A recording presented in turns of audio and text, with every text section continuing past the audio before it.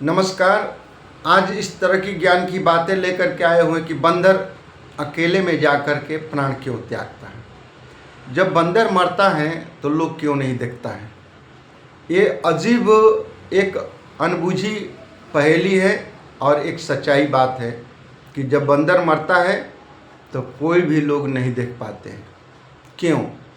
इसके लिए हम कुछ विशेष बातें लेकर के आए हैं, विशेष जानकारी लेकर के आए हैं जो आप तक ले हम शेयर करेंगे।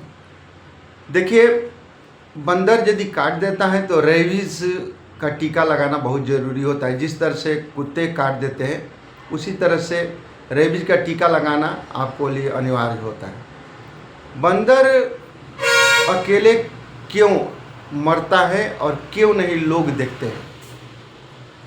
जवानी, बचपन से लेकर के जवानी में बंदर झुंड के साथ में रहता है और झुंड का मालिक बन कर के रखता है और एक राजा का ज़िंदगी जीता है।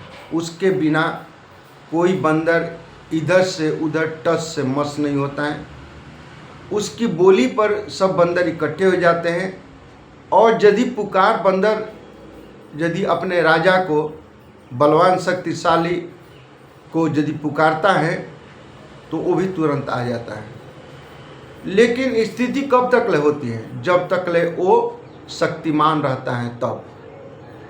जैसे ही शक्तिमान बलवान से शक्तिहीन हो जाता है तो वही बंदर के झुंड में से कोई ना कोई एक बंदर शक्तिशाली बन जाता है और उस बूढ़े बंदर को मारना पीटना शुरू कर देता है।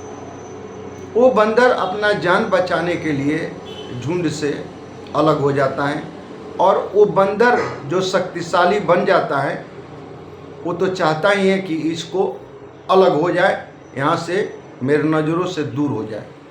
तो इतना उसका पिटाई कर देता है कि वो डर के मारे फिर झुंड से बाहर हो जाता है और एकांत में ऐसे सुनसान जगह पर चला जाता है और वहाँ जा कर के अपना खाना पीना सब कुछ त्याग देता है। उसका मन में बहुत बड़ा गलानी हो जाता है और एकांत में हो करके वो बंदर मर जाता है। एकांत में इसलिए मरता है क्योंकि अपने ही परिवार से उसको बिल्कुल जंजे की घृणा हो जाती है जिसने परिवार बसाया।